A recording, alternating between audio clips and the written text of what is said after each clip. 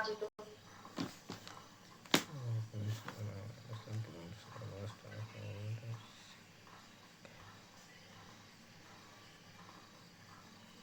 Video on ആയില്ലല്ലോ, ക്ലാസ്സിൽ പോയോ? Okay, അപ്പൊ നമ്മൾ ഇന്നലെ പറഞ്ഞുകൊണ്ടിരുന്നത്, ഇന്നലെ നമ്മള് ഐസോമർസും തീർത്തു.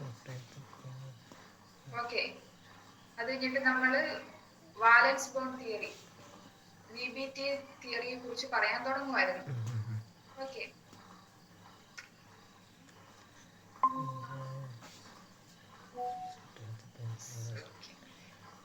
നമ്മൾ ഇന്ന് ഈ വാലൻസ് ബോണ്ട് തിയറിയുടെ കുറച്ച് കാര്യങ്ങൾ നമ്മൾ ടേബിളിൽ എഴുതിയായിരുന്നു.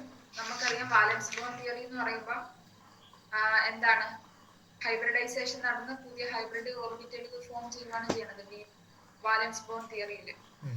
ഒരേ എനർജിയും, അതായത് SPAD, നിങ്ങൾക്ക് വേണം ഓർമ്മ കാണും, SP3 SP2 അങ്ങനെയൊക്കെ പറഞ്ഞിട്ട് ഓരോ ഓർബിറ്റൽസ് ഒക്കെ ഫോം ചെയ്തൊക്കെ ഓർക്കുന്നില്ല, കുറെ സ്ക്വയർ ഒക്കെ വരച്ച് വെട്ടിയൊക്കെ വരച്ച് നമ്മൾ പഠിച്ചിട്ടുണ്ടായിരുന്നു കഴിഞ്ഞ വർഷം. ഓക്കെ, അത് തന്നെയാണ് ഇവിടെയും പറയുന്ന വാലൻസ് ബോണ്ട് തിയറി. ഇത് കോർഡിനേഷൻ കെമിസ്ട്രി വരുന്നത് എങ്ങനെയാണ്, അതേ കുറിച്ചാണ് നമ്മൾ ഇന്ന് ഡിസ്കസ് ചെയ്യാൻ പോകുന്നത്. സോ നമ്മൾ ഇന്നലെ ഓൾറെഡി പറഞ്ഞായിരുന്നു, SP3 ഹൈബ്രിഡൈസേഷൻ ആണെങ്കിൽ, അതായത് ഒരു കോർഡിനേഷൻ കോമ്പൗണ്ട് അതിന്റെ കോർഡിനേഷൻ നമ്പർ 4 ആണെങ്കിൽ 2 ചാൻസ് ആണുള്ളത്. ഏതൊക്കെ അഭിഷേക 2 ചാൻസുകൾ? ഏതൊക്കെ ഹൈബ്രിഡൈസേഷൻ ആവാം?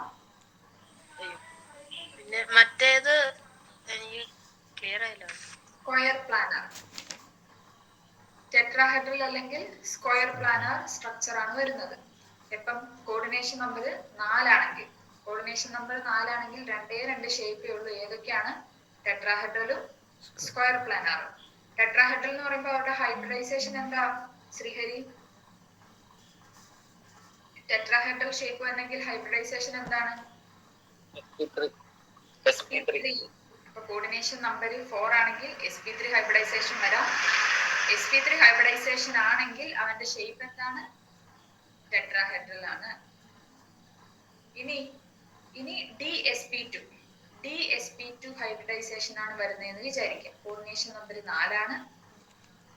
പിന്നെ വരാൻ ചാൻസ് ഉള്ളതാണ് DSP2. ഒരു D, ഒരു S, 2 T. അപ്പൊ മൊത്തം 4 ഓർബിറ്റൽസ്. അങ്ങനെ DSP2 ഹൈബ്രിഡൈസേഷൻ ആണ് നടന്നതെങ്കിൽ ഉണ്ടാകുന്ന ആളുടെ ഷേപ്പ് എന്തായിരിക്കും കിച്ചു? DSP2 ആണെങ്കിൽ സ്ക്വയർ പ്ലാനർ. DSP2 ആണെങ്കിലാണ് സ്ക്വയർ പ്ലാനർ സ്ട്രക്ചർ ഉണ്ടാകുന്നത്. SP3 ആണ്. കോർഡിനേഷൻ നമ്പർ 4 ആണെങ്കിൽ 2 ചാൻസ് ആണുള്ളത്, ഒന്നെങ്കിൽ SP3 ഹൈബ്രിഡൈസേഷൻ അല്ലെങ്കിൽ DSP2 ഹൈബ്രിഡൈസേഷൻ. SP3 ആണെങ്കിൽ ടെട്രാഹെഡ്രൽ ആണ്, DSP2 ആണെങ്കിൽ സ്ക്വയർ പ്ലാനർ ആണ്. അടുത്ത നമുക്ക് പഠിക്കാനുള്ളത് 6ന്റെ കാര്യമാണ്. ഇനി കോർഡിനേഷൻ നമ്പർ 6 വന്നാലും 2 ഹൈബ്രിഡൈസേഷൻ ഉണ്ടാവും. ഏതൊക്കെയാണത്? SP2, SP3D2. SP3D2, SP3D2, അതുപോലെ തന്നെ D2SP3. അങ്ങനെ 2 ഹൈബ്രിഡൈസേഷൻ ഉണ്ടാകും. SP3D2 ഉം D2SP3. അങ്ങനെ 2 രീതിയിൽ ഹൈബ്രിഡൈസ് ചെയ്താലും ഉണ്ടാവുന്ന ഷേപ്പ് ഏതാണ്? ഒക്ടാഹെഡ്രൽ ആയിരിക്കും. ഒക്ടാഹെഡ്രൽ ഷേപ്പ് ആയിരിക്കും. ഇത്രയായിരുന്നു നമ്മൾ ഇന്നലെ ബേസിക് ആയിട്ട്. പിന്നെ മാഗ്നറ്റിക് മൊമെന്റ്. മാഗ്നറ്റിക് മൊമെന്റിന്റെ ഡെഫിനിഷൻ ഒന്നും എഴുതിയില്ലല്ലോ? ഇല്ല. അതും കൂടെ എഴുതിക്കും, എന്നിട്ട് നമുക്ക് ഒന്നിച്ചൊന്നിച്ചങ്ങ് പറഞ്ഞു പോകാം. ഇപ്പൊ മാഗ്നറ്റിക് പ്രോപ്പർട്ടി, ഇങ്ങനെ കോർഡിനേഷൻ നമുക്കറിയാം. മാഗ്നറ്റിക് പ്രോപ്പർട്ടിയും കൂടി നമ്മൾ ഡിസ്കസ് ചെയ്ത് പോകുന്നുണ്ട്. അതായത് നമുക്ക് തന്നേക്കുന്ന കോമ്പൗണ്ട് പാരാമാഗ്നറ്റിക് ആണോ ഡയാമാഗ്നറ്റിക് ആണോ അങ്ങനെയുള്ള കാര്യങ്ങൾ. പാരാമാഗ്നറ്റിക് ആണെങ്കിൽ അത് അൺപെയർഡ് ഇലക്ട്രോൺസ് ഉണ്ടെങ്കിൽ അത് എന്തായിരിക്കും? പാരാമാഗ്നറ്റിക് ആയിരിക്കും. അൺപെയർഡ് ആണെങ്കിൽ പാരാമാഗ്നറ്റിക് ആയിരിക്കും. ആൻഡ് ഫുൾ എല്ലാം പെയർഡ് ആണെങ്കിൽ എന്താണ്? ഡയാമാഗ്നറ്റിക് ആയിരിക്കും. അകപ്പാടെ 2 നേച്ചറുള്ളത് നമുക്ക് ഈ വരച്ച് നോക്കിക്കഴിഞ്ഞാൽ കണ്ടുപിടിക്കാൻ പറ്റും. ഓക്കെ, അവിടെ നമ്മൾ പഠിച്ചിരിക്കേണ്ട ഒരു കാര്യമാണ് മാഗ്നറ്റിക് മൊമെന്റ്. മാഗ്നറ്റിക് മൊമെന്റിനെ നമ്മൾ മ്യൂ എന്ന് പറയുന്ന ലെറ്റർ വെച്ചിട്ടാണ് കാണിക്കുന്നത്. മ്യൂ എന്ന് പറയുന്ന ലെറ്റർ ഏതാ? മറ്റേ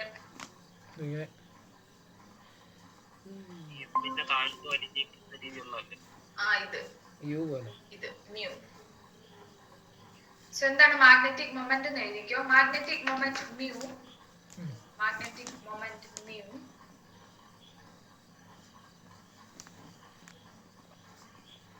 of a substance containing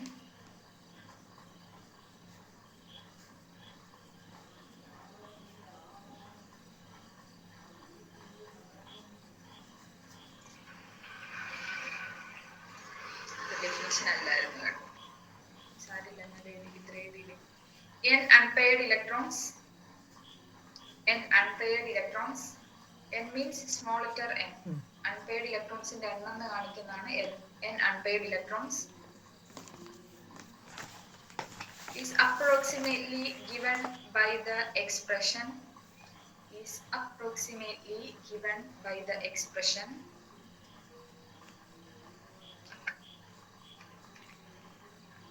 mu is equal to root n into n plus 2. Unit എന്താന്ന് പറഞ്ഞേ? Bohr magneto. മാഗ്നറ്റിക് മൊമെന്റിന്റെ യൂണിറ്റ് എന്താണ്? ബോർ മാഗ്നെറ്റോൺ.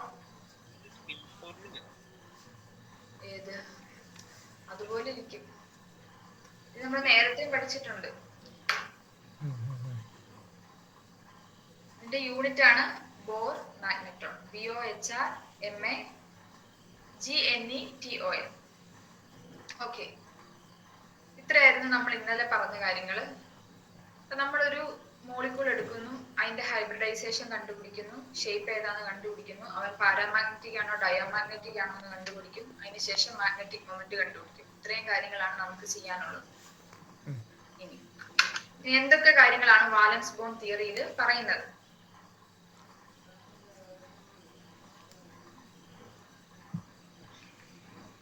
പോസ്റ്റുലേറ്റ്സ് ഓർത്തു വെച്ചാൽ മതി കേട്ടോ. This theory was put forward by Linus Pauling.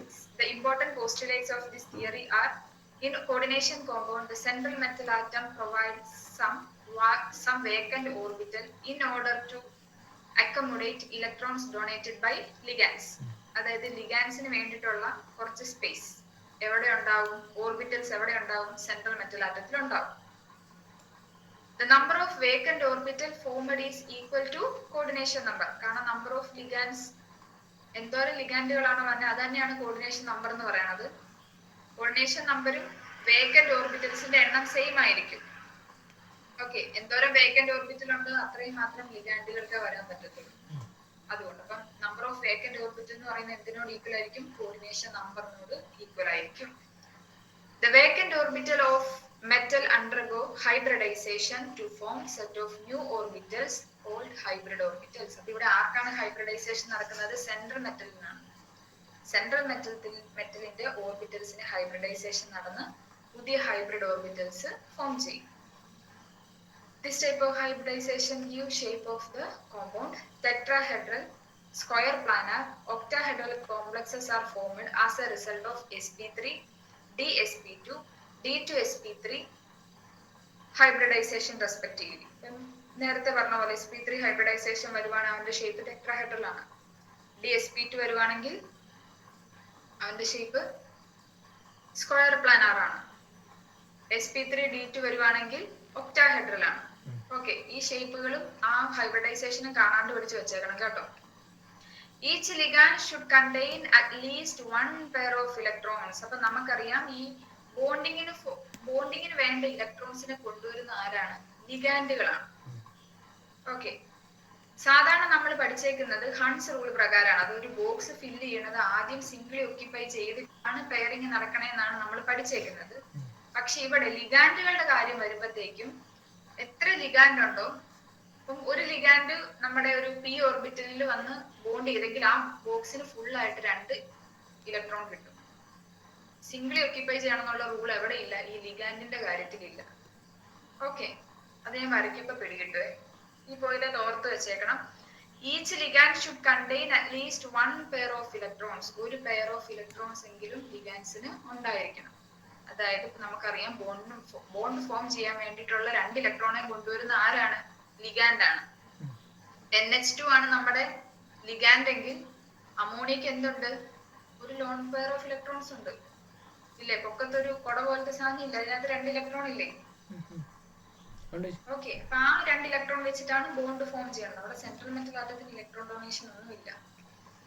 The vacant hybrid orbital of the metal overlap with the filled orbital of the ligand to form ligand metal coordinate bond. ഇവിടെ ഓർത്തോണം, vacant hybrid orbitals of metal, vacant ആയിട്ടുള്ള മെറ്റലിന്റെ hybrid orbitals ആണ് ഇവിടെ പങ്കെടുക്കുന്നത്. ഹൈബ്രിഡൈസേഷനിൽ പങ്കെടുത്തിട്ട് നമുക്ക് hybrid orbitals ഉണ്ടാവുന്നു.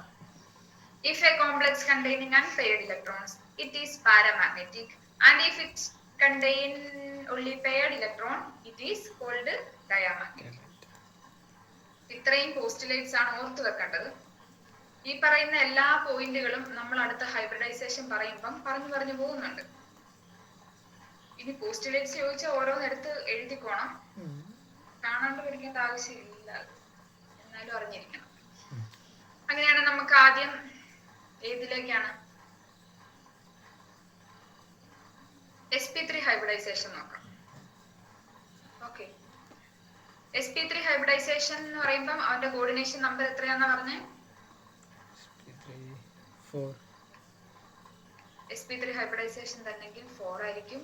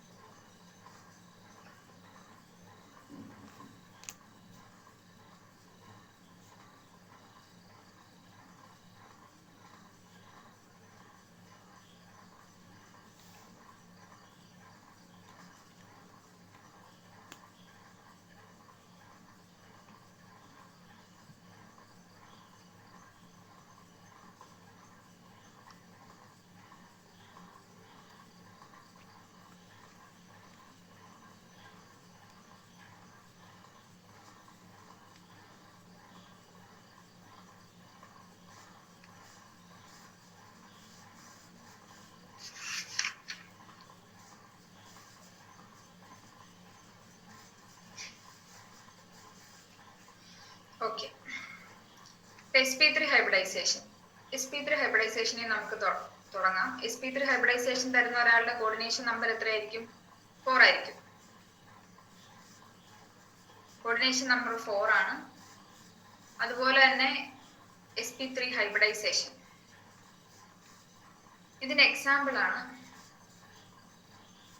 sp3 hybridisation വരുമ്പം ഉള്ള എക്സാമ്പിൾ ആണ് ഇത്. NiCl4 NiCl4 2 minus NiCl4 2 minus. ഇവിടെ Niയുടെ ചാർജ് എത്രയാണ്? വേഗം കണ്ടുപിടിയുടെ Niയുടെ ചാർജ് എത്രയാണ്?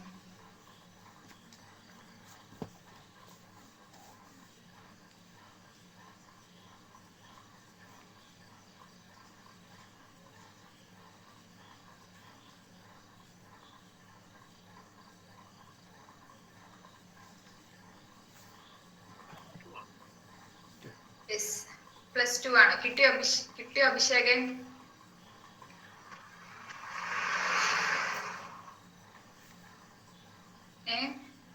എങ്ങനെയാണ്? എക്സ് പ്ലസ് ക്ലോറിൻ അറിയാം, -2 ആണ് ക്ലോറിന്റെ ചാർജ് അല്ലേ? ഇല്ല, ഇവിടെ -1 ആണ്. ഇവിടെ 4 വരുമ്പം -4 എന്ന് വരും. So -4 is equal to -2. x is equal to -2 plus 4.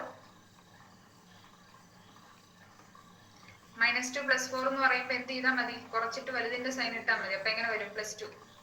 എപ്പോഴും സെൻട്രൽ മെറ്റൽ ആറ്റത്തിന്റെ ചാർജ് പ്ലസ് ആയിരിക്കും. കിട്ടിയോ ശ്രീഹരി? +2. ഈ സെൻട്രൽ മെറ്റൽ ആറ്റം കാറ്റോൺ ആണോ ആനോൺ ആണോ ചേച്ചി? കാറ്റോൺ അല്ലേ? Central metal atom, central metal atom anion ആണെന്ന് തോന്നുന്നു, കാറ്റോൺ ആണെന്ന് തോന്നുന്നല്ലേ?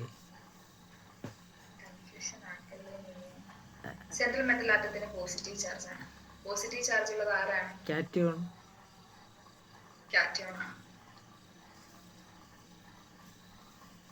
ഓക്കെ, ശ്രീഹരി അഭിഷേകും എന്താണെന്ന് മിണ്ടാണ്ടിരിക്കണേ, ഒരു ക്ലാസ്സിലുണ്ടോ? ഞാൻ ചോദിക്കുമ്പോ ഉത്തരം പറഞ്ഞോണം കേട്ടോ. നിങ്ങൾക്ക് രണ്ടുപേർക്കും കിട്ടിയല്ലോ അല്ലെ സെൻട്രൽ മെറ്റൽ ആറ്റത്തിന്റെ ഓക്സിഡേഷൻ നമ്പർ +2 ആണ്. ഇനി നമ്മൾ ഇതിന്റെ ഹൈബ്രിഡൈസേഷൻ വരയ്ക്കാൻ പോവാ. ഇപ്പൊ ശ്രദ്ധിച്ചോണം, അടുത്തത് നിങ്ങളാണ് കേട്ടോ വരയ്ക്കേണ്ടത്. അടുത്തത് DsP2. ബാക്കിയുള്ള എല്ലാ ഹൈബ്രിഡൈസേഷനും നിങ്ങൾ തന്നെ വരയ്ക്കണം. നിക്കലിന്റെ അറ്റോമിക് നമ്പർ എത്രയാണ്? നിക്കൽ 28. 28 എന്ന് വരുമ്പം അവന്റെ ഇലക്ട്രോണിക് കോൺഫിഗറേഷൻ എങ്ങനെ വരും? 1s2 2s2 2p6 3s2 3p6 18 3d 18 എന്ന് പറയുമ്പോ ആർഗൺ.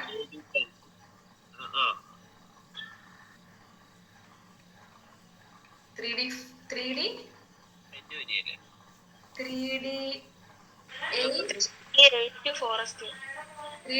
4s2.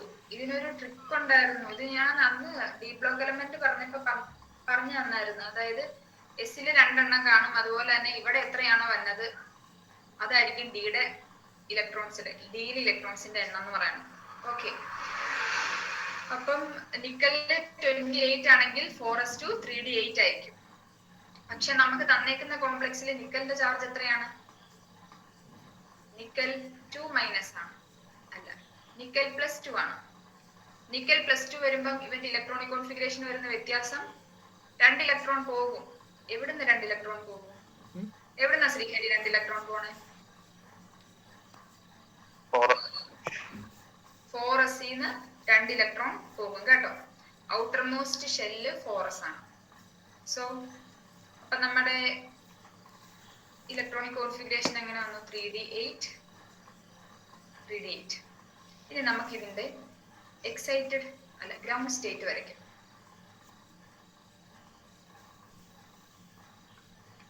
ഇത് 3d ആണ്. 3d എന്ന് പറയുമ്പം 5 ബോക്സ് വേണം.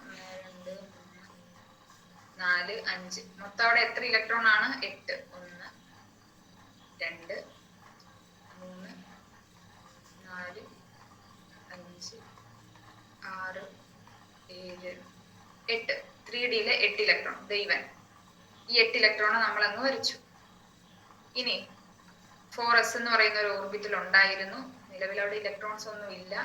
4s വരയ്ക്കുമ്പോൾ നമ്മൾ ബാക്കിയും കൂടി വരച്ചോണം. 4p ഉണ്ട്, അതുപോലെ തന്നെ 4d ഉണ്ട്. 4p എന്ന് പറയുമ്പോൾ 3 കോളം മതി.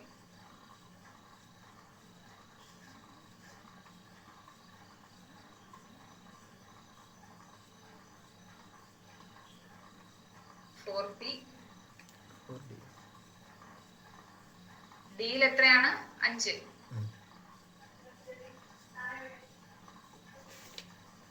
ഓക്കെ, ഇനി ഇവിടെ നടക്കുന്ന ഹൈബ്രിഡൈസേഷൻ എന്താണ്?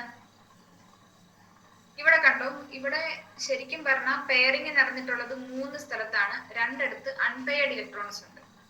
അപ്പൊ നമുക്ക് തോന്നും ഈ വരുന്ന ക്ലോറിൻസ് ഈ അൺപെയർഡ് ഇലക്ട്രോൺസുമായിട്ടായിരിക്കും ബോണ്ട് ഫോം ചെയ്യണമെന്ന്.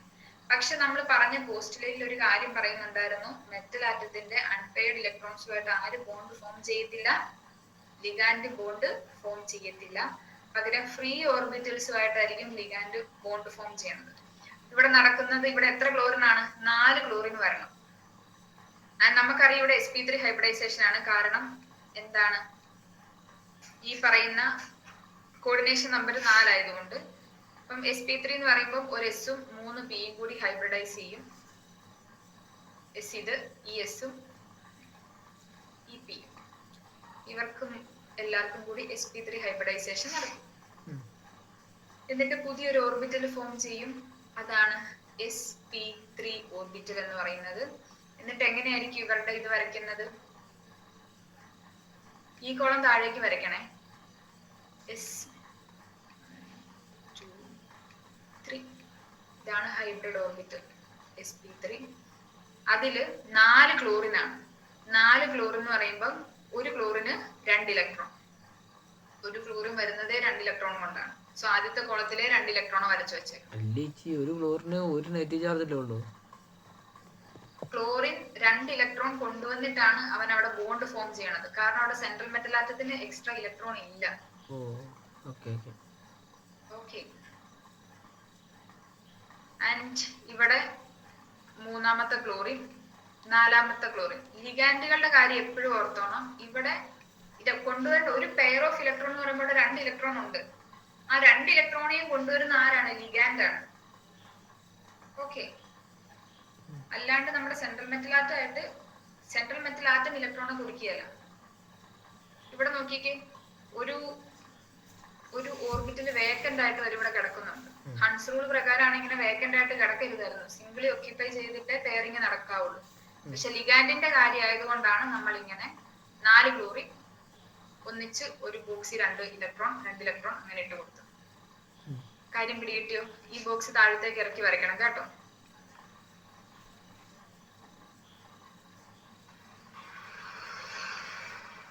വേഗം ഇത് വരച്ചെടുക്കുക. അല്ലേച്ചി അപ്പൊ അവിടെ ഒരു വേക്കന്റ് ഇലക്ട്രോൺ ഇല്ലേ മറ്റേ ഈ ഡി ബ്ലോക്കില് 3Dക്കകത്ത്? അവിടെ പേരിങ് നടക്കൂല? അവിടെ അങ്ങനെ നടക്കത്തുള്ളൂ? നടക്കും. അല്ല അവിടെ ഇവിടെ വേണേ ആർക്കാണ്? ബ്രോമിനോ അല്ലെ പുറത്തുനിന്ന് വല്ലോ ക്ലോറിനോ വരാലോ. പക്ഷെ അവിടെ നടക്കുന്നത് ഹൈബ്രിഡൈസേഷൻ നടന്നിട്ടുള്ള ഓർബിറ്റലല്ല. ഹൈബ്രിഡൈസേഷൻ ഉണ്ടായത് ഇതാണ്, ഈ ഓർബിറ്റലാണ്. നമ്മൾ ഇവിടെ പഠിക്കുന്ന കാര്യം ലിഗാൻഡുകൾ എങ്ങനെയാണ് സെൻട്രൽ മെറ്റൽ ആറ്റത്തിൽ അറേഞ്ച് ചെയ്തേക്കുന്നതെന്ന്. അതിന്റെ ഷേപ്പും കാര്യങ്ങളുമാണ്. അതുകൊണ്ടാണ് നമ്മൾ ഇതിന്റെ കാര്യം മാത്രം പറയുന്നത്. സോ ഇങ്ങനെ വരുന്ന അൺപെയർഡ് ഇലക്ട്രോൺസിലൊന്നും വന്ന് ആര് കമ്പൈൻ ചെയ്യത്തില്ല, ലിഗാൻഡുകളൊന്നും കമ്പൈൻ ചെയ്യത്തില്ല. അങ്ങനെ നടക്കത്തുള്ളൂ അല്ലേ?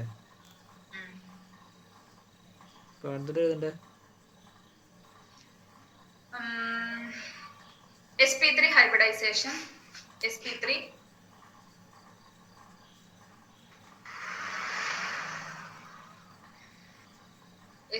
എന്ന് പറയുമ്പോൾ coordination number 4. sp3 shape tetrahedral. ഇത്രയും കാര്യങ്ങൾ നമുക്ക് ബേസിക്കലി അറിയാവുന്ന കാര്യമാണ് കേട്ടോ. കോർഡിനേഷൻ നമ്പർ 4 ആണെങ്കിൽ sp3 ഹൈബ്രിഡൈസേഷൻ ആണ്, അങ്ങനെയാണെങ്കിൽ ടെട്രാഹെഡ്രൽ ഷേപ്പ് ആണ്. Example nickel Cl4 2-. ഈ സാധനം ഈ പ്ലസും -2 ഒന്നും മേളിലുള്ളതൊന്നും എഴുതണ്ട കേട്ടോ. ഈ റെഡ് കളറിൽ എഴുതിയേക്കുന്ന ചാർജുകൾ എഴുതണ്ട. എക്സാമ്പിൾ NiCl4 സ്ക്വയർ ബ്രാക്കറ്റിന്റെ പുറകില് 2-. ദെൻ നിക്കലിന്റെ ഓക്സിഡേഷൻ സ്റ്റേറ്റ് കണ്ടുപിടിക്കുക.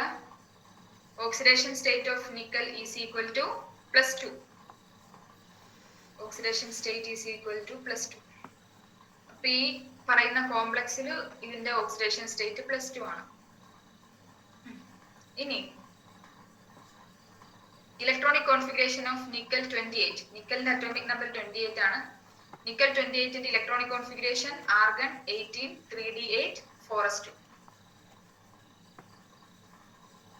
അത് കഴിഞ്ഞിട്ട് എന്താ എഴുതേണ്ടത്? Nickel 2+ electronic configuration. 2+ എന്ന് പറയുമ്പോൾ 4s ഇലക്ട്രോൺ പോകത്തുള്ളൂ. അപ്പം Ni 2+ is equal to 3d8.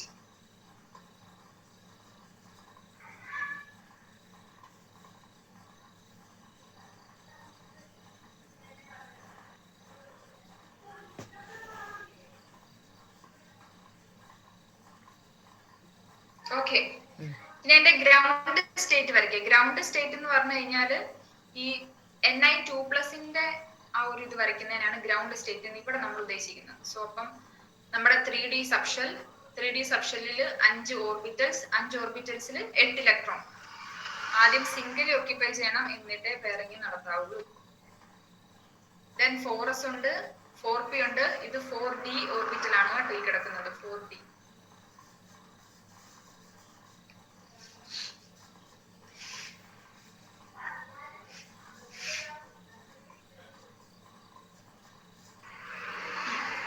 എന്നിട്ട് എന്താണ് ഇങ്ങനെ ഒരു സാധനം വരയ്ക്കുക. ഇവിടെയാണ് ഇവർ തമ്മിൽ കമ്പൈൻ ചെയ്തിട്ടാണ് sp3 ഹൈബ്രിഡൈസ്ഡ് ഓർബിറ്റൽ ഉണ്ടായത്. അങ്ങനെയാണ് എക്സൈറ്റഡ് സ്റ്റേറ്റ് എന്ന് എഴുതുക. ഇവിടെ എക്സൈറ്റഡ് സ്റ്റേറ്റ്.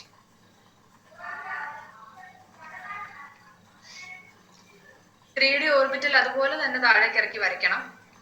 എന്നിട്ട് ഈ ഓർബിറ്റൽ വരച്ചു വെക്കുക, sp3 ഓർബിറ്റൽ.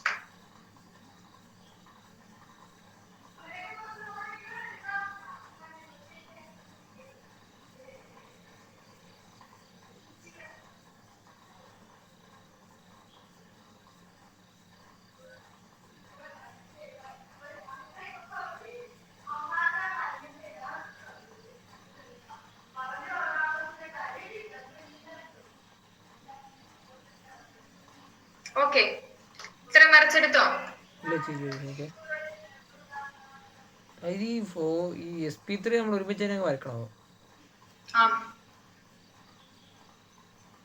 അവിടെ സെപ്പറേറ്റ് ആയിട്ട് വരച്ചത്, സ്കൂളിലൊക്കെ സെപ്പറേറ്റ് ആയിട്ട് വരച്ചെന്ന് തോന്നുന്നു.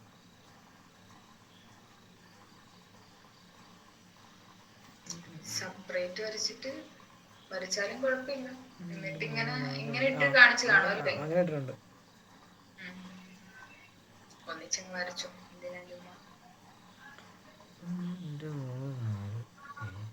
ഓക്കെ അല്ലേ? വരച്ചോ ശ്രീഹരി? അർജുനോ? ഇവിടെ ഒരു കോളം കൂടുതലില്ലേ ചേച്ചി താഴെ? എന്തോ? ഈ sp3 ഒരു കോളം കൂടുതലില്ലേ? ഒരു എസും 3 ബി അല്ലേ ഉള്ളൂ? 2 3 4 നേരാണല്ലോ, ഒരു കോളം കൂടുതലാണല്ലോ.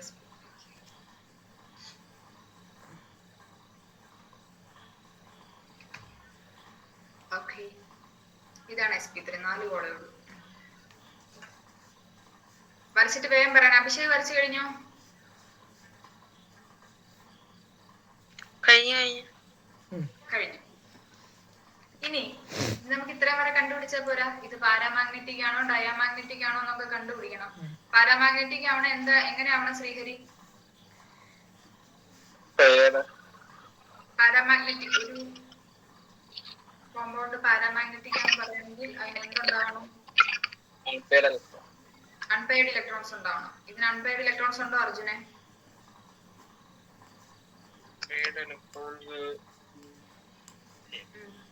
ഇല്ല.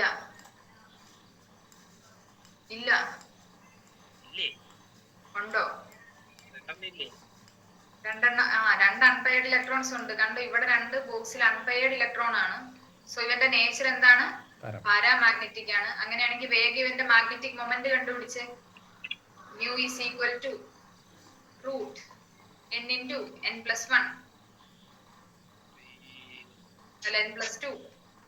n എന്ന് പറയുമ്പോ എത്രയാണ്? 2 ആണ് ഇവിടെ, കാരണം 2 അൺപെയർഡ് ഇലക്ട്രോൺസ്. വേഗം അതിന്റെ എന്ത് കണ്ടുപിടിക്കാം? മാഗ്നറ്റിക് മൊമെന്റ് കണ്ടുപിടിക്കാം.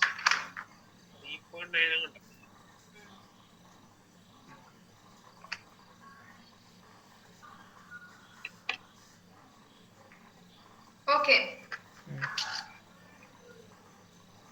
അങ്ങനെ നമുക്ക് വേറൊരു എക്സാമ്പിൾ നോക്കിയാലോ?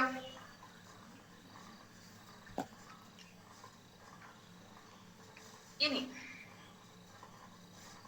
നമ്മൾ പറഞ്ഞു 4 കോർഡിനേഷൻ നമ്പർ 4 വരുവാണെങ്കിൽ 2 ചാൻസ് ഉണ്ട് അല്ലേ? ഇനി രണ്ടാമത്തെ ചാൻസ് ആണ്. ഇത് sp3 ആയിരുന്നു.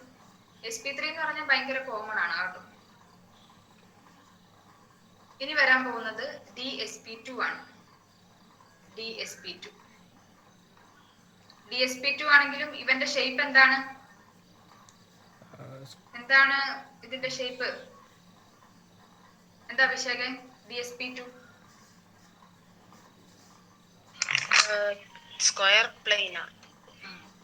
പ്ലാനർ ആണ്. കോർഡിനേഷൻ നമ്പർ 4 ആണ്. ഓക്കെ, ഇനി ഇത്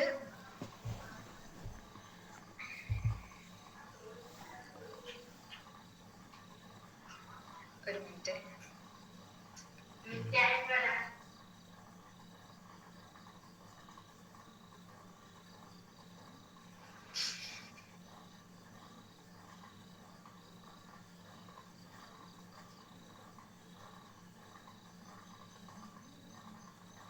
ഓക്കെ, അതിനു മുമ്പ് നമുക്ക് ചെറിയൊരു കാര്യം എഴുതിയെടുക്കാം. Inner and outer orbital complexes.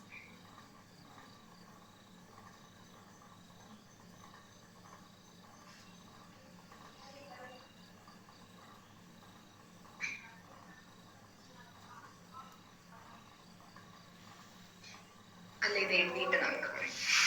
DsP2. Okay, ഇപ്പൊ നമ്മള് നേരത്തെ പറഞ്ഞ എക്സാമ്പിൾ ഇല്ലേ, അവിടെ ഇതൊന്നും അത് ഇതൊന്നും പറഞ്ഞു പോയില്ല. ഇത് വെച്ച് പറയാൻ പറ്റത്തില്ല, ഇത് നല്ലതാണ്. ഓക്കെ, അപ്പൊ ഇതിന്റെ എക്സാമ്പിൾ ആണ് nickel Cn 4 times 2n minus 4 times 2n minus. ഇതിന്റെ ഗ്രൗണ്ട് സ്റ്റേറ്റ് നിക്കൽ അറിയാലോ 28 ഓക്സിഡേഷൻ സ്റ്റേറ്റ് എന്തായാലും എന്നതായിരിക്കും +2 ആയിരിക്കും, കാരണം Cn -1 തന്നെയാണ്, ക്ലോറിനെ പോലെ തന്നെയാണ്. അവന്റെ ഗ്രൗണ്ട് സ്റ്റേറ്റ്, അവന്റെ ഓക്സിഡേഷൻ സ്റ്റേറ്റ്, അതുപോലെ തന്നെ മറ്റേ ഹൈബ്രിഡൈസേഷൻ എക്സൈറ്റ് ചെയ്തിട്ടുള്ള കാര്യം, ഇത്രയും വരച്ചെനിക്ക് വേഗം അയച്ചു പെട്ടെന്ന് വേണം കേട്ടോ.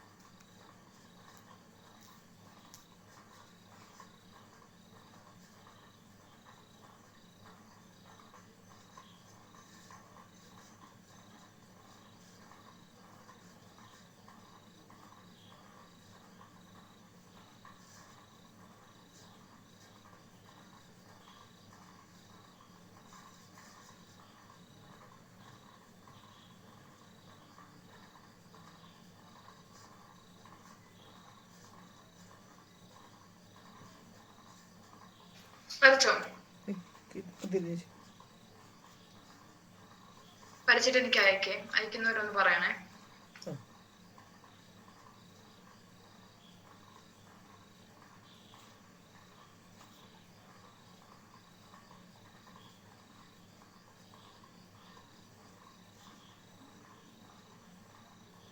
വേഗം വേഗം അയക്കും.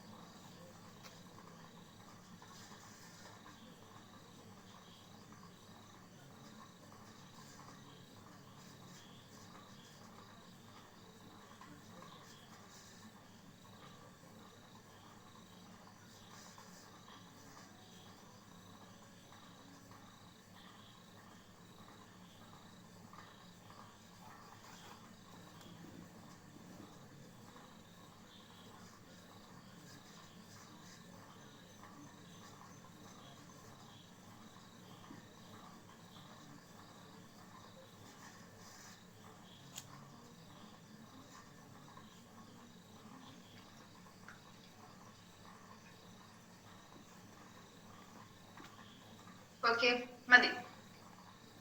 ഇനി ഇവിടെ ശ്രദ്ധിച്ചോ, ഇവിടെ ശ്രദ്ധിക്കുക, എല്ലാരും ഇവിടെ നോക്കിക്കേ.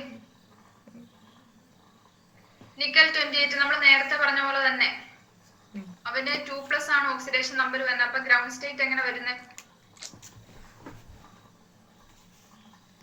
ഗ്രൗണ്ട് സ്റ്റേറ്റ് സെയിം തന്നെ.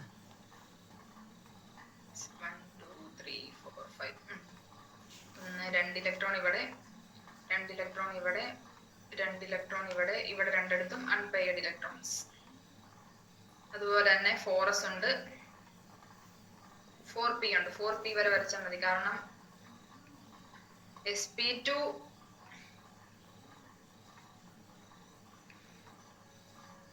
ഓക്കെ. ഇനി എന്താ നിങ്ങൾ ചെയ്തേ? dsp2 ഹൈബ്രിഡൈസേഷൻ വരാൻ എന്താണ് ചെയ്തേ? നമ്മുടെ 4 ആദ്യം എക്സൈറ്റഡ് സ്റ്റേജ് എഴുതി, എന്നിട്ട് ഈ ഡി ആണ് ഇച്ചിരി വിഷയം. കാര്യം ഇവിടെ 3 ഫുള്ളി പേർഡും 2 അൺപേർഡും ആണല്ലോ.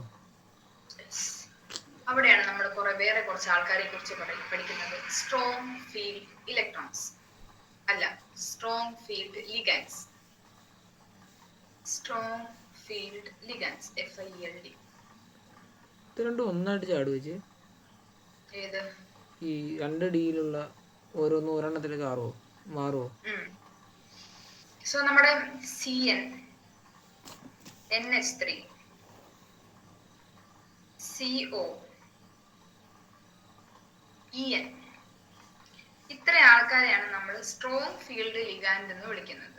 CN, NH3 അല്ല, NH2 അല്ല, NH3, CO, EN, ഇത്രയും പേരാണ് എന്ത് സ്ട്രോങ് ഫീൽഡ് ലിഗാൻഡ്. എന്താ സംഭവിക്കണമെന്ന് വെച്ച് കഴിഞ്ഞാൽ, ഒരു സ്ട്രോങ് ഫീൽഡ് ലിഗാൻഡ് ആണ് നമ്മുടെ ഇതിലുള്ളതെങ്കിൽ എന്താണ്, നമ്മുടെ 3D ഓർബിറ്റിൽ സെൽഫായിട്ട് റീഅറേഞ്ച് ചെയ്യും. സ്ട്രോങ് ഫീൽഡ് ലിഗാൻഡ് ആയതുകൊണ്ട് ഇവർക്കുള്ളിൽ തന്നെ ചില റീഅറേഞ്ച്മെന്റുകൾ നടക്കും. ഓക്കെ, അങ്ങനെ റീഅറേഞ്ച്മെന്റ് നടന്ന് ഇവരുടെ എക്സൈറ്റഡ് സ്റ്റേറ്റ് എന്ന് പറയുന്നത് ഇങ്ങനെയായിരിക്കും. അതായത് ഇവിടെ ഒരു അൺപെയർഡ് ഇലക്ട്രോൺ ഉണ്ടായിരുന്നു, നമുക്ക് ഒരു ഡി വേണം. എന്ത് സംഭവിക്കും? ഇവൻ ഈ ഡി ഓർബിറ്റൽ ഒഴിവാക്കി തരും. ഒരു സ്ട്രോങ് ഫീൽഡ് ലിഗാൻഡിന്റെ കേസിൽ മാത്രം കേട്ടോ. ഇവരാരെങ്കിലും ആണെങ്കിൽ മാത്രമേ ഈ സംഭവം നടക്കത്തുള്ളൂ. ക്ലോറിനൊന്നും വന്ന് ഇത് നടക്കത്തില്ല. അതിനൊക്കെ വീക്ക് ഫീൽഡ് ലിഗാൻഡുകളാണ്. അപ്പൊ നമുക്കിവിടെ ഡി വേണം. അപ്പൊ എന്ത് സംഭവിക്കും? ഈ ഇവിടുത്തെ ഇലക്ട്രോൺ മാറിത്തരും. എങ്ങോട്ട് മാറും? ഇപ്പുറത്തെ ഒരു അൺപെയർഡ് ഇലക്ട്രോൺ ഇല്ലേ, അവന്റെ അടുത്തേക്ക് പോയി പെയർ ആകും. അപ്പൊ എങ്ങനെ ഫോം ചെയ്യും? ഇവിടെ 2 ഇലക്ട്രോൺ, ഇവിടെ 2 ഇലക്ട്രോൺ, ഇവിടെ 2 ഇലക്ട്രോൺ, ആൻഡ് ലാസ്റ്റ് ഉണ്ടായിരുന്ന ഇലക്ട്രോൺ നേരെ ഇപ്പുറത്തെ കോളത്തിലേക്ക് വന്ന് ഇവിടെയും 2 ഇലക്ട്രോൺ ആകും. ഓക്കെ, എന്നിട്ട് മിച്ചമുള്ള 4s, 4p. എത്ര 4p ഉണ്ട്? 2 4p ഉള്ളു കേട്ടോ. 4pയുടെ 2 എണ്ണം കൂടി ഇന്റർമിക്സ് ചെയ്ത് എന്ത് പുതിയൊരു ഓർബിറ്റൽ ഫോം ചെയ്യും. 1 2 3 4 dsp3 അല്ല sp2 എന്ന് പറയുന്ന പുതിയ ഓർബിറ്റൽ ഫോം ചെയ്യും. അവിടെ 4 അടുത്താണ് ആര് വരുന്നത്? സൈനൈഡ്, CN വന്നത്. 1 2 1 2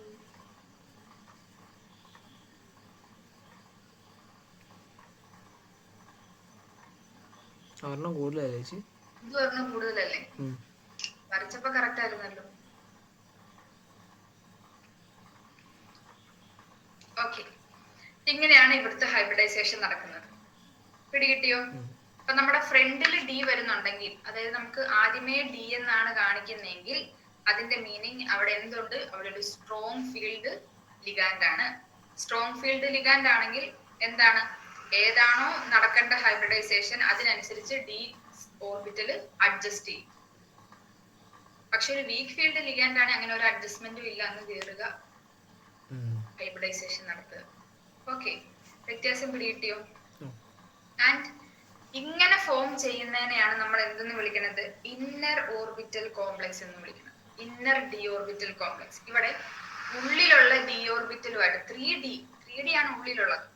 ഉള്ളിലുള്ള ഡി ഓർബിറ്റലുമായിട്ടാണ് എന്ത് നടന്നത്? ഹൈബ്രിഡൈസേഷൻ നടന്നത്. അങ്ങനെ ഫോം ചെയ്യുന്നതിനെ നമ്മൾ എന്തെന്ന് വിളിക്കും? ഇന്നർ ഡി ഓർബിറ്റൽ എന്ന് വിളിക്കും. ഇനി വേറെ അടുത്ത ഒക്ടഹെഡ്രലിന്റെ കാര്യം പറയുമ്പോൾ നോക്കിക്കേ, D2 ഉണ്ട്, sp3 D2 എന്നാണ്. അങ്ങനെ ഔട്ടർ ആയിട്ട് D2 എന്ന് പറയുമ്പോൾ പുറമെ കിടക്കുന്ന ഡി ഓർബിറ്റൽ ആയിട്ടാണ് നമ്മൾ എന്ത് നടത്തുന്നത്? ഹൈബ്രിഡൈസേഷൻ നടത്തുന്നത്. അങ്ങനെ ഫോം ചെയ്യുന്നതിനെ എന്തെന്ന് വിളിക്കും? ഔട്ടർ ഡി ഓർബിറ്റൽ കോംപ്ലക്സ് എന്ന് വിളിക്കും. ഓക്കെ, അപ്പൊ ആദ്യം ഇത്ര എഴുതിയെടുക്കുക. സ്ട്രോങ് ഫീൽഡ് ലിഗാൻഡുകൾ ഏതൊക്കെയാണെന്ന് എഴുതുക. ഈ ഫിഗർ വരയ്ക്കുക. എന്നിട്ട് പറ, എന്ത് ശ്രീഹരി, ഇത് പാരാമാഗ്നറ്റിക് ആണോ ഡയാമാഗ്നറ്റിക് ആണോ?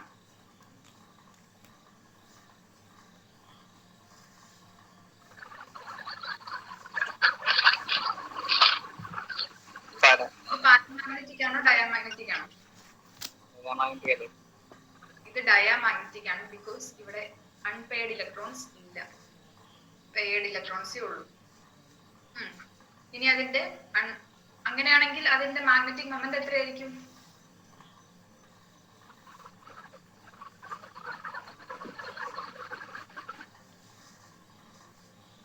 എത്രയായിരിക്കും കിച്ചു പറ? 0 ആയിരിക്കും. കാരണം അൺപെയർഡ് ഇലക്ട്രോൺസ് n 0 ആണ്. അങ്ങനെയാണെങ്കിൽ മാഗ്നറ്റിക് മൊമെന്റ് 0 ആയിരിക്കും. സോ ഇത്രയും കാര്യങ്ങൾ എഴുതിയെടുക്കും. ഇവിടെ വരെ വരച്ചിട്ട് പറയണേ. എന്നിട്ട് അടുത്തത് ഇത് ഡയാമാഗ്നറ്റിക് ആണ്. Magnetic moment mu is equal to പൊക്കത്ത് എന്താ എഴുതണ്ട? മറ്റേ ആ സ്ട്രോങ് ഫീൽഡ് ലിഗാൻഡ്സ്. അത് ഏതൊക്കെയാണ് ജി? Cn NH3 CO En. Okay.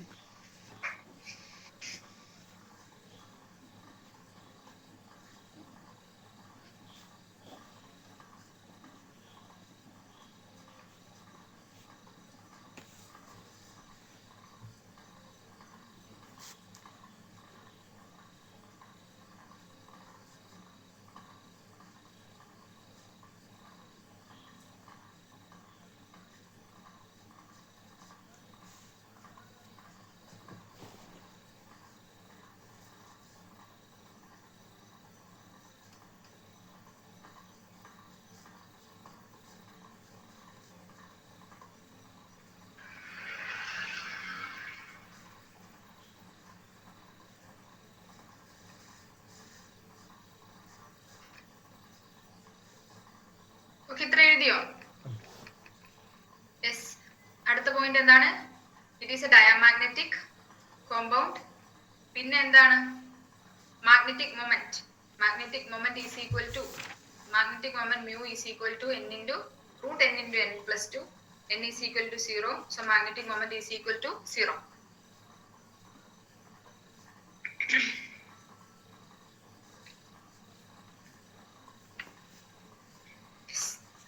ഇനി നമ്മൾ നേരത്തെ എഴുതിയൊരു ഹെഡിങ് ഉണ്ടായിരുന്നു, inner and outer orbital complexes.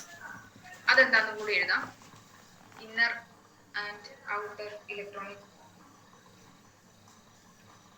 inner and outer orbital complex. Inner orbital complex. When the complex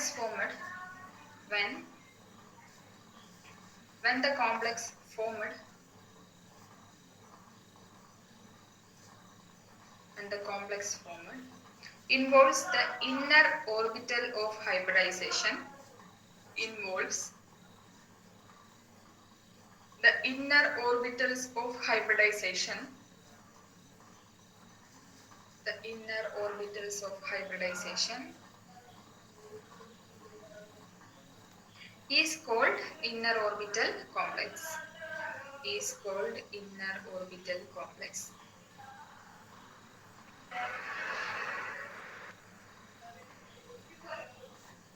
Example ഏതാണ്?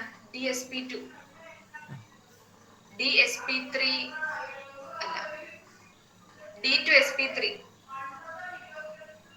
ഓക്കെ, അപ്പൊ ഡി ഒക്കെ ആദ്യം വരുവാണെങ്കിൽ അതെന്തായിരിക്കും? ഇന്നർ ഓർബിറ്റൽ കോംപ്ലക്സ് ആയിരിക്കും. അടുത്തത് ഔട്ടർ ഓർബിറ്റൽ കോംപ്ലക്സ്. ഇതിന് വേറെയും പേര് പറയും കേട്ടോ, സ്പിൻ പെയർഡ് കോംപ്ലക്സ് എന്നും വിളിക്കുവേ. Spin paired complex. Lower orbital കോംപ്ലക്സിന്റെ വേറൊരു പേരാണ് സ്പിൻ പെയർഡ് കോംപ്ലക്സ്.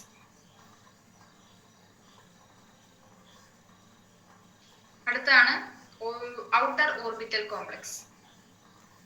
ഔട്ടറിനാണ് സ്പിന്ന് പെയർഡ് കോംപ്ലക്സ്. അത് inner.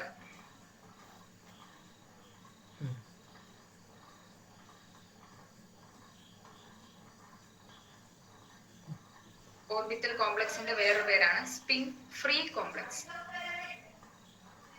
ഔട്ടറിന്റെ spin free complex.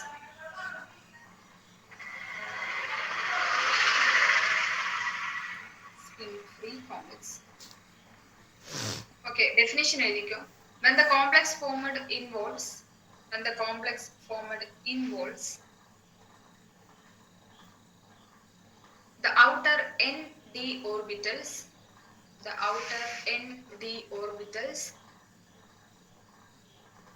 for hybridization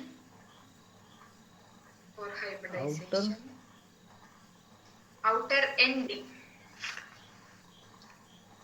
outer nd 4d 5d അങ്ങനത്തെ nd orbital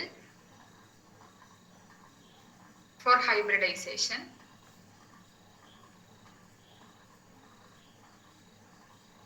the complex is called outer orbital complexes.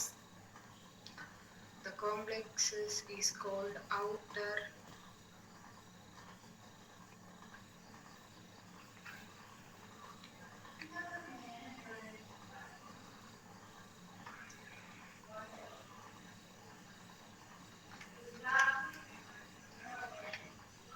Okay. അപ്പൊ ടെട്രഹെഡ്രലും square പ്ലാനാറും പിടികിട്ടിയില്ലോ അല്ലേ? Examples പഠിച്ചു വെച്ചേക്കണേ. ഒരു ബോക്സ് കൊടുത്തേ, അപ്പം എക്സാമ്പിൾ കൂടി ആയിക്കോളും. അടുത്തത് ഒക്ടഹെഡ്രൽ ഷേപ്പിലുള്ളതാണ്. ആദ്യം നമ്മൾ ഡിസ്കസ് ചെയ്യുന്നത് കോംപ്ലിക്കേഷൻ ഇല്ലാത്ത sp3d2 ഡിസ്കസ് ചെയ്യും. ഓക്കെ, sp3d2 കോർഡിനേഷൻ നമ്പർ 6 ആണ്. ഷേപ്പ് ഒക്ടഹെഡ്രൽ ആണ്. ഓക്കെ, എക്സാമ്പിൾ ആയിട്ട് പറയുന്നത് കൊബാൾട്ട്,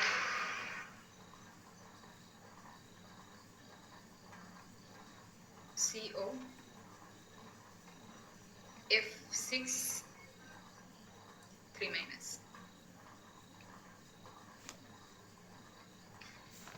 CO F6 3-. ആദ്യം നമ്മൾ എന്ത് കണ്ടുപിടിക്കണം? സിയോടെ ഓക്സിഡേഷൻ നമ്പർ എത്രയാണെന്ന് കണ്ടുപിടിക്കണം. സിയോടെ ഓക്സിഡേഷൻ നമ്പർ എത്രയാണ്?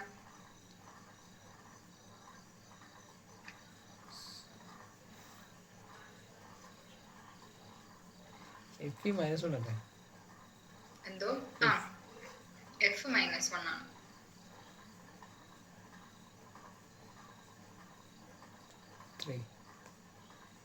3 കിട്ടിയ അഭിഷേകൻ?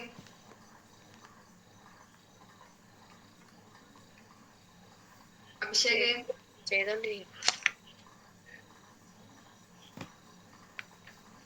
3 ആണ്. കാരണം x പ്ലസ് 6 ഫ്ലൂറിൻ, ഒരു ഫ്ലൂറിന്റെ ചാർജ് -1 ആണ്. 6 ഫ്ലൂർ എന്ന് പറയുമ്പോൾ -1 × 6 ആണ്. ടോട്ടൽ ചെയ്യുമ്പോൾ നമുക്ക് -3 ആണ് ചാർജ് കിട്ടണത്. വരുമ്പോ എങ്ങനെ വരും? x - 6 is equal to -3. x is equal to -3 + 6. Minus ചെയ്യുക, വലുതിന്റെ സൈൻ ഇടുക. വലുത് ഇവിടെ 6 ആണ്. അപ്പൊ എന്ത് വരും? 3 ആണ് ഇവിടെ ഓക്സിഡേഷൻ സ്റ്റേറ്റ് വന്നത്. ഇനി കൊബാൾട്ട് എന്ന് പറയുമ്പോൾ അറ്റോമിക് നമ്പർ 27 ആണ്. അങ്ങനെയാണ് അവന്റെ ഇലക്ട്രോണിക് കോൺഫിഗറേഷൻ എങ്ങനെയാ വന്നത്? 3d7 4s2. Okay, 3d7 4s2 ആണ് അവന്റെ അറ്റോമിക് ഇലക്ട്രോണിക് കോൺഫിഗറേഷൻ വന്നത്. ഫ്രണ്ട് ആർഗൺ 18 കൂടി എഴുതണം കേട്ടോ. Argon 18 3d7 4s2. 3+ ആയി കഴിയുമ്പോ എന്ത് സംഭവിക്കും? CO 3+. എവിടുന്നായിരിക്കും ഇലക്ട്രോൺസ് പോകുന്നത്? 2 ഇലക്ട്രോൺ 4s ന്ന് പോകും, 1 ഇലക്ട്രോൺ 3d7 ന്ന് പോകും. അപ്പൊ എങ്ങനെ വരും? 3d6. 3 ഇലക്ട്രോൺ പോകണം. പ്ലസ് എന്ന് പറയുമ്പോൾ 3 ഇലക്ട്രോൺ കുറവെന്നാണ്. അപ്പൊ എന്ത് സംഭവിക്കും? 2 ഇലക്ട്രോൺ എവിടുന്നായിരിക്കും പോകുന്നത്? ഔട്ടർ മോസ്റ്റ് ഷെല്ലായിട്ടുള്ള 4s ന്നും 1 ഇലക്ട്രോൺ പോകുന്നത് 3d7 ന്നും ആയിരിക്കും. അപ്പൊ നമുക്ക് 3d6 എന്നാണ് വന്നത്. ഇനി ഇവന്റെ ഗ്രൗണ്ട് സ്റ്റേറ്റ് വരയ്ക്കാം. ഗ്രൗണ്ട് സ്റ്റേറ്റ് വരയ്ക്കുമ്പോൾ 3d 1 2 3 5 1 2 3 4 5 6. അതുപോലെ തന്നെ ഒരു കാലിയായിട്ടുള്ള 4s ഉണ്ട്. കാലി ആയിട്ടുള്ള 4p ഉണ്ട്.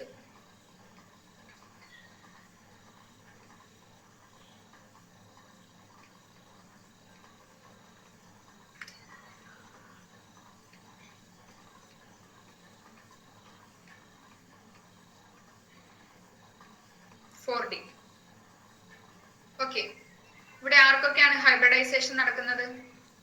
ഇവിടെ എന്തെങ്കിലും തരത്തിലുള്ള റീഅറേഞ്ച്മെന്റ് നടക്കുമോ 3Dക്ക്? ഇല്ല. കാരണം എന്താണ്? അവൻ സ്ട്രോങ് ഫീൽഡ് ലിഗാൻഡ് അല്ല, അതുകൊണ്ട് അവിടെ റീഅറേഞ്ച്മെന്റ് ഒന്നും നടക്കില്ല. പകരം ഈ 4s 3 4p ഈ 3Dയുടെ ഒരു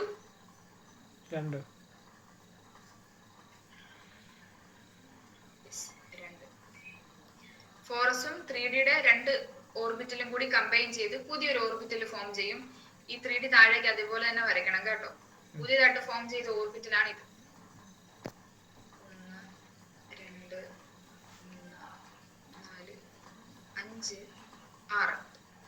ഫ്ലൂറിന്റെ ഓരോ ഇലക്ട്രോൺസ് ഈ എല്ലാ ബോക്സിലും വന്ന് ഫില്ല് ചെയ്ത് ഇങ്ങനെയാണ് ഇവിടുത്തെ ലിഗാൻഡ് ഫോം ചെയ്യുന്നത്. ഓക്കെ, ഇവിടുത്തെ ഹൈബ്രിഡൈസേഷൻ sp3d2 ആണ്.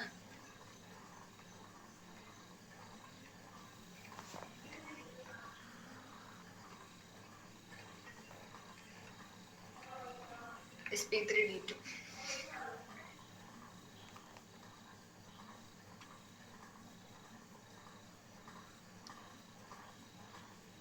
ഇത് പാരാമാഗ്നറ്റിക് ആണോ ഡയാമാഗ്നറ്റിക് ആണോ അഭിഷേക്?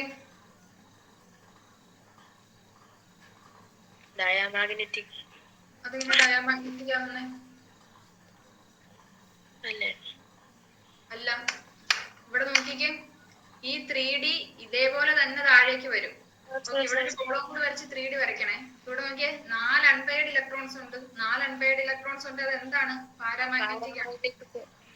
പാരാമാഗ്നറ്റിക് ആണ്. ഓക്കെ, അങ്ങനെയാണ് നിങ്ങൾക്ക് നാളത്തേക്കുള്ള ഒരു ഹോംവർക്ക് ആണ്.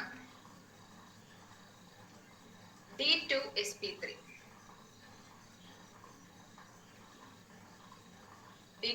എന്ന് പറയുമ്പോൾ ഒക്ടാഹെഡ്രൽ ഷേപ്പ് തന്നെയാണ്. ഇവന്റെ ഒരു എക്സാമ്പിൾ ആണ് CONH3 6 times.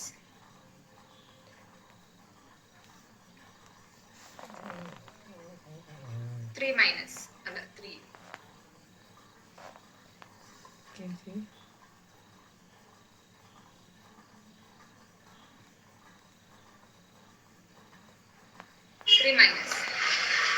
മൈനസ് ആണ് കേട്ടോ.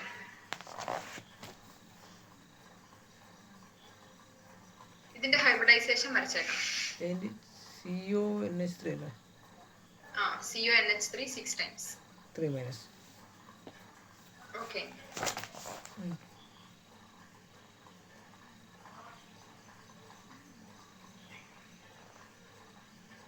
ഇതാണ് VB തിയറി എന്ന് പറയുന്നത്. അതുവഴി ഓരോന്നിന്റെയും ഷേപ്പ്, കോർഡിനേഷൻ കോമ്പൗണ്ടിന്റെ ഷേപ്പ് പ്രെഡിക്റ്റ് ചെയ്യുന്നത് ഇങ്ങനെയാണ്. പിടികിട്ടിയല്ലോ അല്ലേ? ഇനി ഇതിനും ചില ലിമിറ്റേഷൻസ് ഉണ്ട്. ഈ PDF-ൽ വേറെയും കുറെ കണ്ടോ, NiC4 2- നമ്മൾ ചെയ്തു. എക്സാമ്പിൾസ് ഉള്ളതൊക്കെ പഠിച്ചോണം കേട്ടോ. NiC4 2- അത് നമ്മൾ ചെയ്തു. അത്രേ ഉള്ളൂ. ഓക്കെ, ഇനി നമുക്ക് പറയാനുള്ളത് limitations of valence bond theory. Valence bond തിയറിയുടെ ലിമിറ്റേഷൻസ് എന്തൊക്കെയാണ്? ഹെഡിങ് എഴുതിക്കോ, limitations of valence bond theory.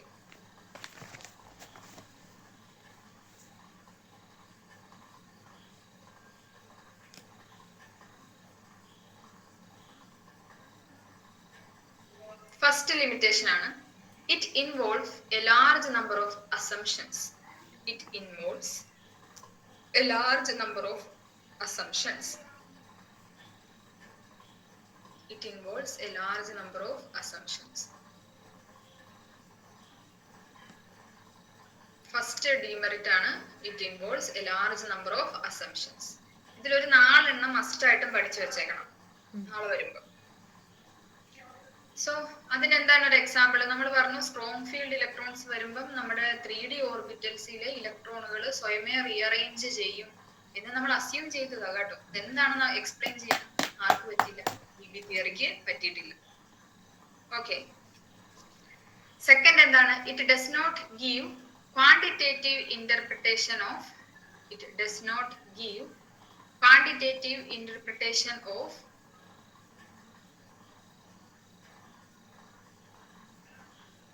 interpretation of magnetic data of complexes.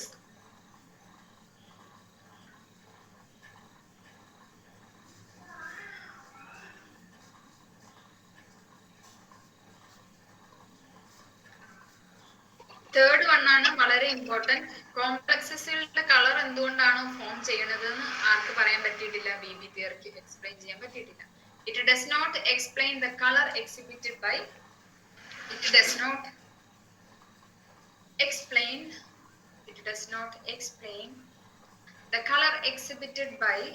the color exhibited by coordination compounds.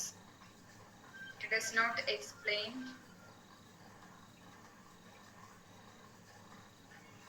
color exhibited by coordination compound.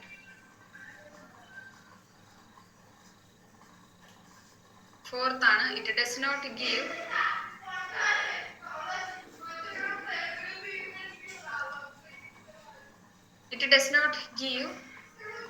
a quantitative interpretation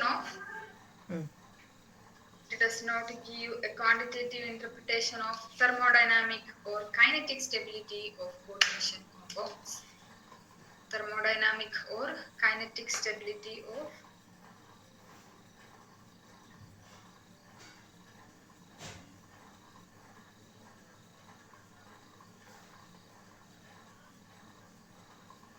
Kinetic stability of coordination compounds.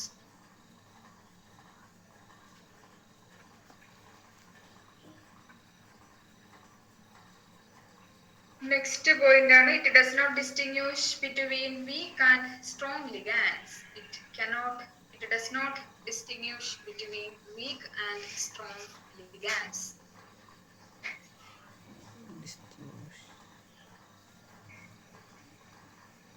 Okay, ഈ 5 എണ്ണം പഠിച്ചു വെച്ചാൽ മതി. Limitation ചോദിക്കുന്നതാണ് കേട്ടോ.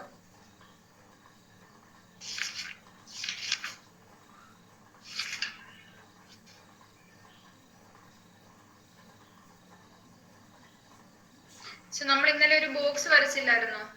Coordination number, hybridisation, shape. അതിന്റെ തൊട്ടിപ്പുറത്ത് തന്നെ എക്സാമ്പിൾ എന്നും കൂടി എഴുതി ആ ബോക്സ് ഒന്നും കൂടി എക്സ്റ്റെൻഡബിൾ ചെയ്തേക്കണം. കേട്ടല്ലോ? ഇടയില്ലായിരിക്കും അല്ലേ? എന്നാ പിന്നെ ആ ടെട്രഹെഡ്രൽ കഴിഞ്ഞിട്ട് ഒരു ബ്രാക്കറ്റിൽ എക്സാമ്പിൾ പോലെ അങ്ങ് എഴുതിയാൽ മതി. എന്നാലും 3 കോളത്തിന് എന്തിനാണ് നീ അത്ര ഇടയെടുത്ത്? പുതിയ ബുക്കിന്റെ അഹങ്കാരമായിരിക്കും. ഓക്കെ, അപ്പൊ ഇന്ന് പഠിപ്പിച്ചല്ലോ, ഒന്ന് വായിച്ചു നോക്കിക്കേ. ഹോംവർക്ക് ചെയ്ത് ഇന്ന് വേണ്ട, നാളെ ഇട്ടേക്കണം. നാളെ ഫിസിക്സ് ആണ്. എനിവേ ഹോംവർക്ക് ചെയ്തിട്ടേക്കണം. അടുത്ത ക്ലാസ്സിൽ മറന്നു മറന്നു. അല്ല, ഇപ്പൊ തന്നെ വരച്ചിങ്ങോട്ട് ഇട്ടോ. നാളെ ഇടും. വേഗം ഒന്ന് ഓടിച്ചു നോക്കിക്ക്. എന്തെങ്കിലും ഡൗട്ട് ഉണ്ടോ?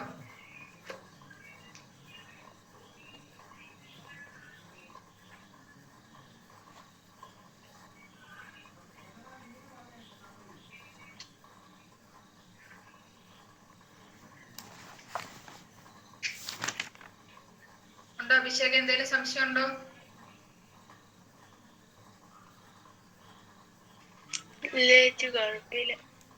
ഉണ്ടോ ശ്രീഹരി? ഉണ്ടോ? അങ്ങനെയാണ് നമുക്ക് ഇന്നത്തെ ക്ലാസ് വൈൻഡ് അപ്പ് ചെയ്തേക്കാം. അടുത്ത ക്ലാസ് വരുമ്പോഴത്തേക്കും ഇത് ഫുള്ള് പഠിച്ചു വെച്ചേക്കണം. ഇനി ഒരു പോർഷനും കൂടി നമുക്ക്, 2 കാര്യങ്ങളും കൂടി നമുക്ക് ശരിക്കും പറഞ്ഞാൽ പറയാനുള്ളൂ. അത് അടുത്ത ക്ലാസ്സിൽ തീരും. അടുത്ത ക്ലാസ്സിലേക്ക് എല്ലാവരും പ്രീവിയസ് ഇയർ ക്വസ്റ്റ്യൻ പ്രിപ്പയർ ചെയ്തുകൊണ്ട് വന്നേക്കണം. അടുത്ത തിങ്കളാഴ്ച. കേട്ടല്ലോ? കേട്ടോ അഭിഷേകൻ? Questions with answer. ആൻസർ എങ്ങനെ കിട്ടിയെന്ന് അടുത്തവൻ അപ്പൊ ആൻസർ എങ്ങനെ കിട്ടിയെന്നും കണ്ടുപിടിച്ചോണ്ട് വന്നു. കേട്ടല്ലോ? ഓക്കെ, അങ്ങനെയാണെങ്കിൽ നാളെ ഉണ്ട് കേട്ടോ. നാളെ മറ്റേ 5th ചാപ്റ്ററിന്റെ കുറച്ച് പ്രീവിയസ് ഇയർ ക്വസ്റ്റ്യൻസ് കണ്ടുപിടിക്കാൻ ഞാൻ പറഞ്ഞിട്ടുണ്ടായിരുന്നു. അപ്പൊ നാളത്തെ ക്ലാസ്സിൽ അത് കണ്ടുപിടിച്ചിട്ടില്ലെങ്കിൽ വെച്ചുകൊണ്ട് വന്നേക്കണം. കേട്ടല്ലോ ശ്രീഹരി, കിച്ചു. അങ്ങനെയാണെങ്കിൽ ബൈ ബൈ, ഗുഡ് നൈറ്റ്.